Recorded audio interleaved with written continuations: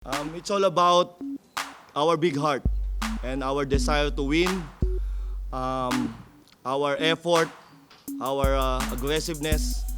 I'm very proud sa mga players ko because di sila nag-give up. We know Ginebra will come up strong. We know na it's a close game, it's a grinding game, but it's all about the heart. The X and O siguro medyo ano lang yon, secondary, but it's about our aggressiveness.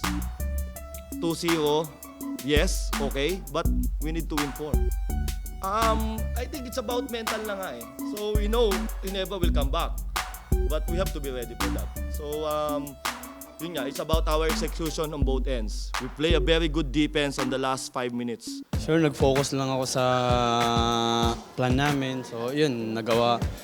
Di ko naman play yun eh. So parang na-feel ko din sa sarili ko na kailangan ko ding tulungan yung mga kuya. So yun, buti na shoot. Kaya masaya ako na naglamang kami. Sobrang saya ko kasi syempre nagtiwala din sila ko sa akin. Yun, binibigay ko naman yung best ko kung pinapasok nila ako. Kaya ito, nakakatulong din ako sa nila.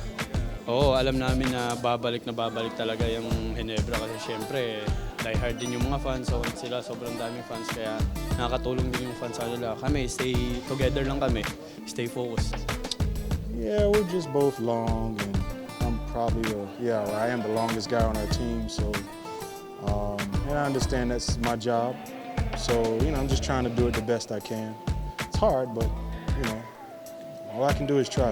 It's always a plus to have somebody like Ping on the backside, and especially because we've been playing together so long, so we kind of know each other. He's there to help everybody, not just me, but he's the anchor for everybody on this team. Hindi mo pwedeng masabing may advantage siya kasi dikit naman yung laro eh. Hindi niya naman nalamangan ng malaki na all the way. So nakakabalik sila. So kailangan namin gawin yung dapat namin gawin which is yung dumepensa kami. Pero kung titignan mo naman kasi we have a right guy na mag-step up kapag ganitong crucial eh. Nandiyan si Ping, si Rafi. Halos lahat naman sanay na kasi may mga experience na rin sila ng mga nakarang mga years nila. Magiging aggressive yan for sure. Kasi very important yung next game. So ang gagawin lang namin is we need to be aggressive lang din. And then of course follow namin yung game plan ni Coach Tito. And then stay together lang kami kasi maraming ups and down yan. Kagaya kanina, nagkaroon sila ng big run pero alam mo yun, nandun kami, kumapit lang kami sa isa't isa. Then nakasurvive kami. Habang tumatagal, nakita ko yung character ng bawat isa sa amin.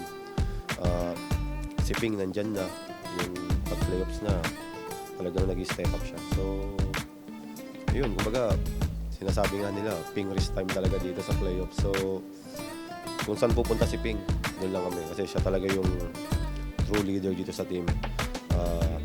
Backup na lang kami sa kanya.